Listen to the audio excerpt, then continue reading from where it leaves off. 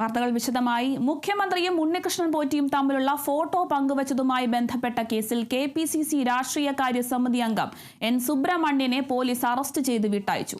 സുബ്രഹ്മണ്യനെ കസ്റ്റഡിയിലെടുത്തതിന് പിന്നാലെ Kozhikode DCC president K പ്രവീൺകുമാറിന്റെ നേതൃത്വത്തിൽ UDF പ്രവർത്തകർ ചേവായൂർ പോലീസ് സ്റ്റേഷന് മുൻപിൽ പ്രതിഷേധ സമരം സംഘടിപ്പിച്ചു. ശബരിമല സ്വർണ്ണക്കൊള്ള മറക്കാൻ CPIM ഉന്നത നേതൃത്വത്തിന്റെ അറിവോടെയാണ് തന്റെ അറസ്റ്റെന്ന് N സുബ്രഹ്മണ്യൻ പറഞ്ഞു.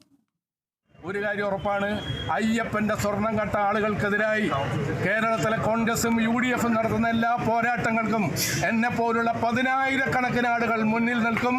ഈ സ്വർണ്ണക്കൊള്ളക്കാരെ കേരളത്തിലെ അധികാരത്തിൽ നിന്ന് പുറത്താക്കാൻ ഞങ്ങൾ ഒരുമിച്ച് ജയിലിൽ പോകേണ്ടി വന്നാലും ജയിലിൽ പോകും. ആ കാര്യത്തിൽ ഒരു സംശയവുമില്ല. അതിന് ഞങ്ങൾക്ക് യാതൊരു ഭയവുമില്ല. രാവിലെ കോഴിക്കോട് കുന്നമംഗലം ചെത്തുകടവ് റോഡിലെ വീട്ടിലെത്തിയാണ് ചേവായൂർ പോലീസ് N സുബ്രഹ്മണ്യനെ കസ്റ്റഡിയിലെടുത്തത്. പിന്നീട് ദേഹാസ്വാസ്ഥ്യം അനുഭവപ്പെട്ട അദ്ദേഹത്തെ ചേവായൂർ പോലീസ് സ്റ്റേഷൻ പരിസരത്തെ സ്വകാര്യ ആശുപത്രിയിൽ പ്രവേശിപ്പിച്ചു. ചികിത്സ കഴിഞ്ഞ് പോലീസ് സ്റ്റേഷനിലേക്ക് മാറ്റി. അപ്പോഴേക്കും Kozhikode DCC president K പ്രവീൺകുമാറിന്റെയും UDF നേതാക്കളുടെയും നേതൃത്വത്തിൽ പ്രവർത്തകർ പ്രതിഷേധവുമായി എത്തിയിരുന്നു.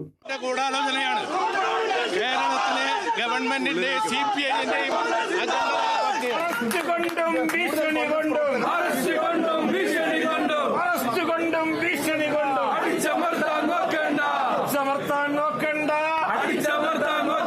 പ്രതിഷേധം കനത്തതോടെ പോലീസ് സുബ്രഹ്മണ്യന്റെ അറസ്റ്റ് രേഖപ്പെടുത്തി സ്റ്റേഷൻ ജാമ്യത്തിൽ വിട്ടയക്കുകയായിരുന്നു.